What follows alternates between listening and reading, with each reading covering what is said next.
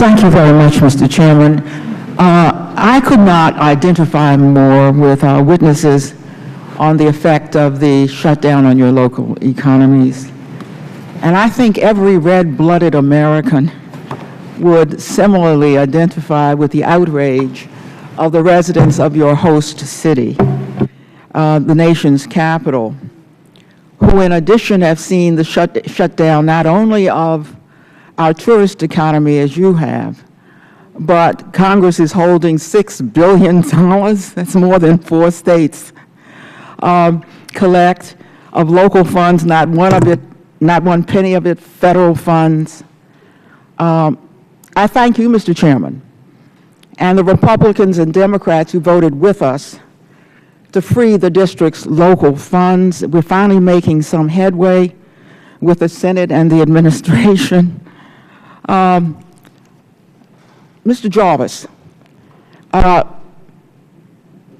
sitting here in the District of Columbia as a third-generation Washingtonian, I cannot bear to hear the employees of the Park Service maligned. Yeah, we have trouble with our civil servants, but I want to say for the record that how unfair I think it is for the Republicans to shut down the government and then blame the National Park Service.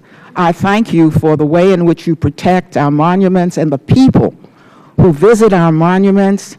Some of us are still recalling when green paint was splattered on the Lincoln Memorial, even though there was no shutdown because of the difficulty of guarding the memorials. In 2007, I remember there was a horrific incident, vandalism as well, on the Vietnam Memorial. Is it true that there are about 2,000 cases of vandalism every day on the memorials of our country throughout the United States? That's correct. I also can't bear the way in which our veterans have been made poster children by my Republican friends, making them look as if they are victims. My own paper, the Washington Post, carries an article this morning about a coalition of 33 veterans organizations, the American Legion, all of them. Of course, they came to complain about the cutoff of their own benefits, but let me read you what they said. The executive director of the Iraq and Afghanistan Veterans of America put the country first and end this shutdown. That's veterans. That's how they talk, not let us out, and maybe the rest of you will get out too. They go back for everybody who is victimized. Here's another of the speakers. Several speakers said they oppose measures that would restore funding to VA, but not to some other parts of the government. Quote, fixing a little by little is not going to resolve this problem for veterans. And that was the director of the Veterans of Foreign Wars. In contrast to some demonstrations over the 2-week shutdown, including a protest Sunday, during which demonstrators pulled down barriers, Tuesday's rally was peaceful and civil in tone. No members of Congress delivered speeches, probably because they weren't invited.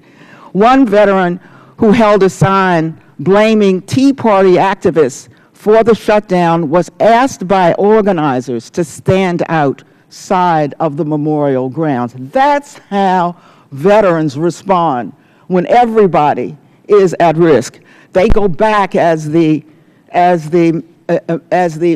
Army veteran who received the Medal of Honor yesterday from the President, went back to even get his dead comrades. I want to ask perhaps Mr. Jarvis, perhaps the representative from the tourism industry to explain something that really alarmed me.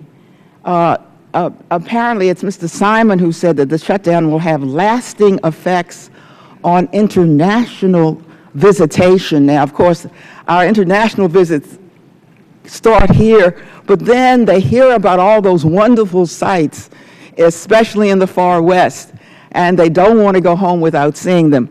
Now, my Republican friends say, oh, this will blow over just like a default will blow over. Could you tell me what you mean by lasting effects? The gentlelady asked the question so we can get a response very quickly. The time has expired. Will you tell me about lasting effects and perhaps what we might do to keep these effects from becoming more lasting? Ms. Simon. Ms. Simon, very quickly. Yes.